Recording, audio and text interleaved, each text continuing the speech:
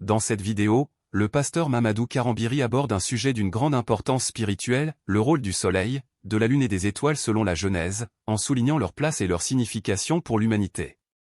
Selon la Genèse, Dieu a créé ces astres pour éclairer la terre et réguler le temps. Le soleil, la lune et les étoiles ne servent pas seulement à séparer le jour de la nuit, mais aussi à marquer les saisons, les jours et les années, comme l'indique Genèse 1 verset 14. Cependant, après la chute de l'homme, la création s'est révoltée. Cela a eu des conséquences visibles sur la terre, comme la croissance d'épines et de mauvaises herbes. Mais ce n'est pas tout. Satan, après avoir été précipité sur terre, a commencé à manipuler ce que Dieu avait créé pour l'homme, modifiant ainsi l'ordre divin. Dieu utilise aussi des questions pour montrer à Job sa puissance et pour attirer son attention sur des choses que l'homme ne peut comprendre. Cela souligne l'ignorance humaine face aux forces célestes et spirituelles. Par exemple, Dieu mentionne les Pléiades pour rappeler à Job que l'homme ne peut contrôler ses forces. Ces questions ne sont pas là pour condamner Job, mais pour lui enseigner. L'astrologie, quant à elle, est présentée comme une manipulation de la vérité divine, qui influence négativement la vie des gens. Les horoscopes, souvent banalisés dans notre culture, sont un piège satanique. Les signes du zodiaque, que l'on considère parfois comme inoffensifs, cachent en réalité des implications spirituelles dangereuses, ouvrant la voie à des influences négatives dans la vie des individus. Satan, en utilisant les étoiles et les horoscopes, parvient à séduire et manipuler les croyants. Il est crucial de comprendre qui contrôle les cieux pour ne pas être dominé. Les étoiles et les horoscopes peuvent sembler sans conséquence, mais ils représentent une menace réelle pour la foi des croyants.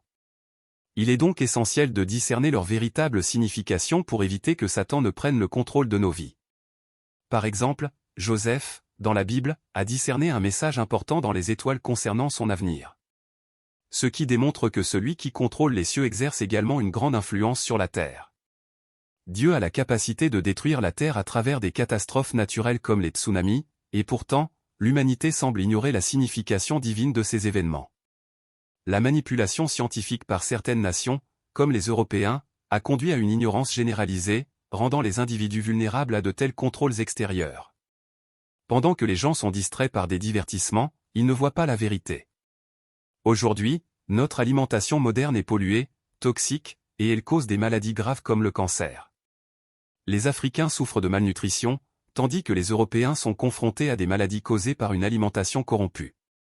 De plus, la Terre elle-même est empoisonnée par des déchets industriels et nucléaires, et malgré les tentatives pour revenir à une agriculture biologique, la qualité de la terre est gravement compromise. Les chrétiens et les juifs sont souvent les cibles de forces occultes qui cherchent à les détruire. La sorcellerie, bien que souvent ignorée, a une influence grave sur leur quotidien et leur spiritualité.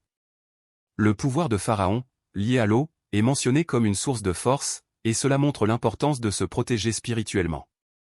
L'ignorance des chrétiens face à ces dangers, notamment en Europe, est alarmante. Les sorciers, bien que discrets, existent et manipulent les situations à leur avantage. Un complot contre les chrétiens et les juifs est également évoqué, notamment à travers des sacrifices rituels. Cette réalité doit être prise au sérieux pour que ces communautés puissent préserver leur existence et leur foi. Moïse, dans la Bible, a été appelé par Dieu pour libérer son peuple de l'esclavage en Égypte, ce qui révèle la puissance divine face à l'oppression. Ce combat spirituel met en lumière la nécessité de reconnaître et de surmonter les défis du monde réel. L'interaction entre Moïse et Pharaon illustre bien la lutte entre la foi et le pouvoir terrestre. Guidé par Dieu, Moïse doit affronter les magiciens égyptiens, démontrant ainsi la supériorité divine.